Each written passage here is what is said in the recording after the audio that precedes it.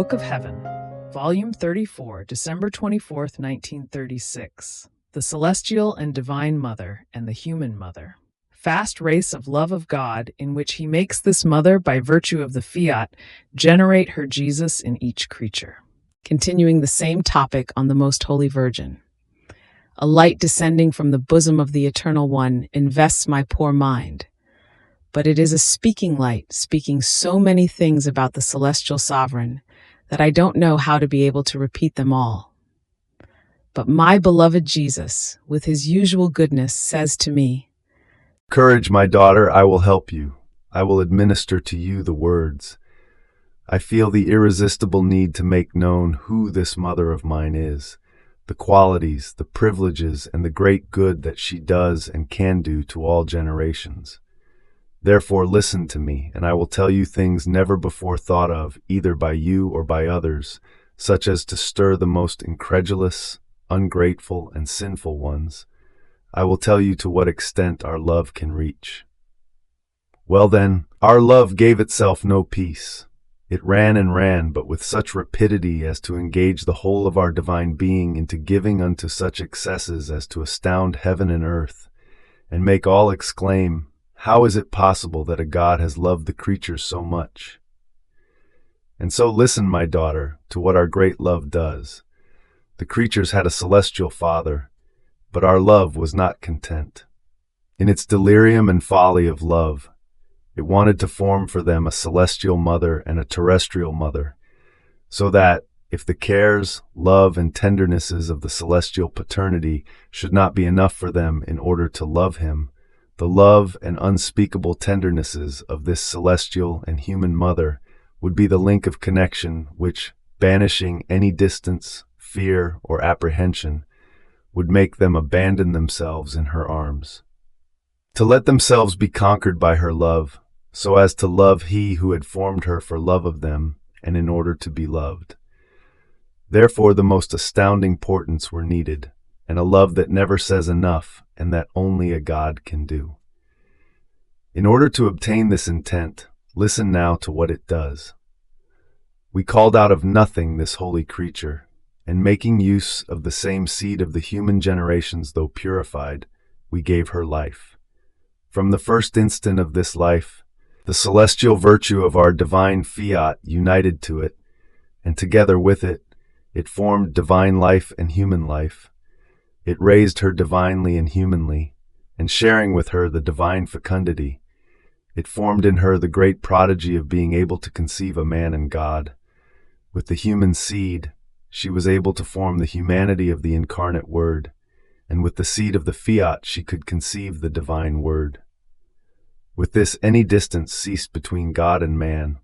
By being human and celestial, this Virgin brought man and God closer, and gave the brother to all of her children, whom they could all approach, and live life together. And seeing in him and in her the same guises, invested by the same human nature, they would have such trust and love as to let themselves be conquered, and love she who so much loved them. How much love does a good mother not win from her children?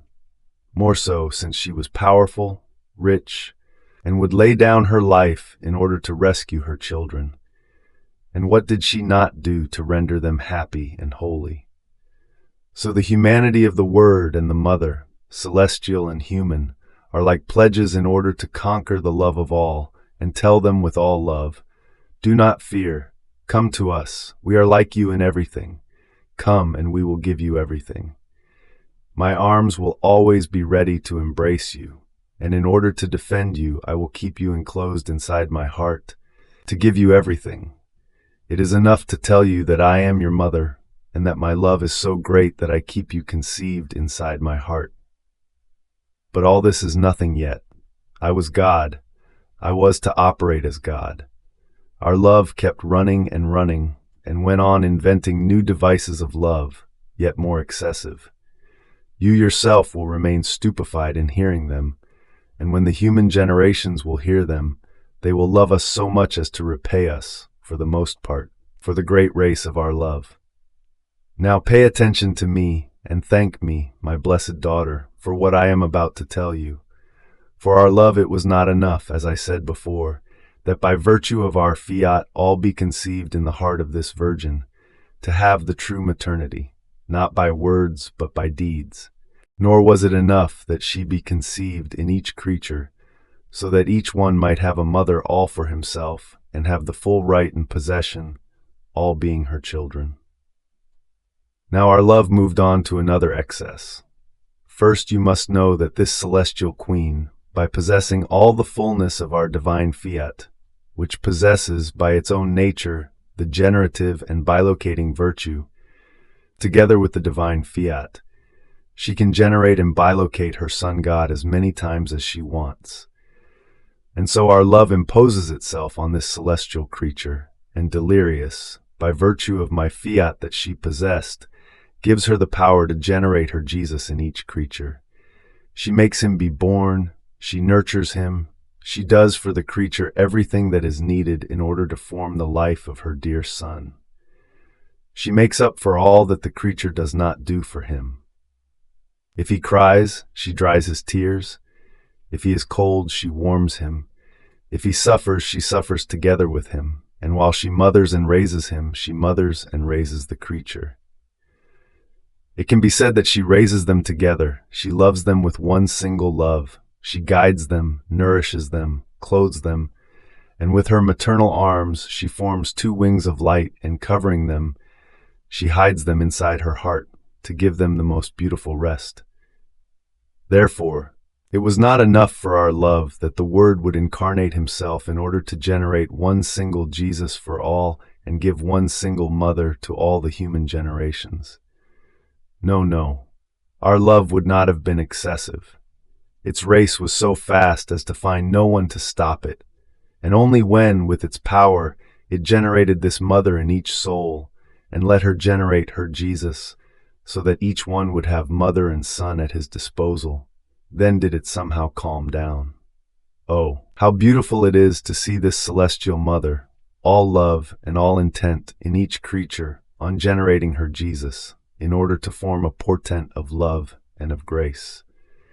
And this is the greatest honor and glory that her Creator has given her, and the strongest love that God could give to creatures.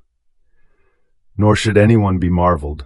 Our fiat can do anything and can reach anywhere. Everything is in its wanting it so. If it does want it, it is already done. Rather, the marvel should be in knowing unto what excesses our love toward man carried us. Fiat.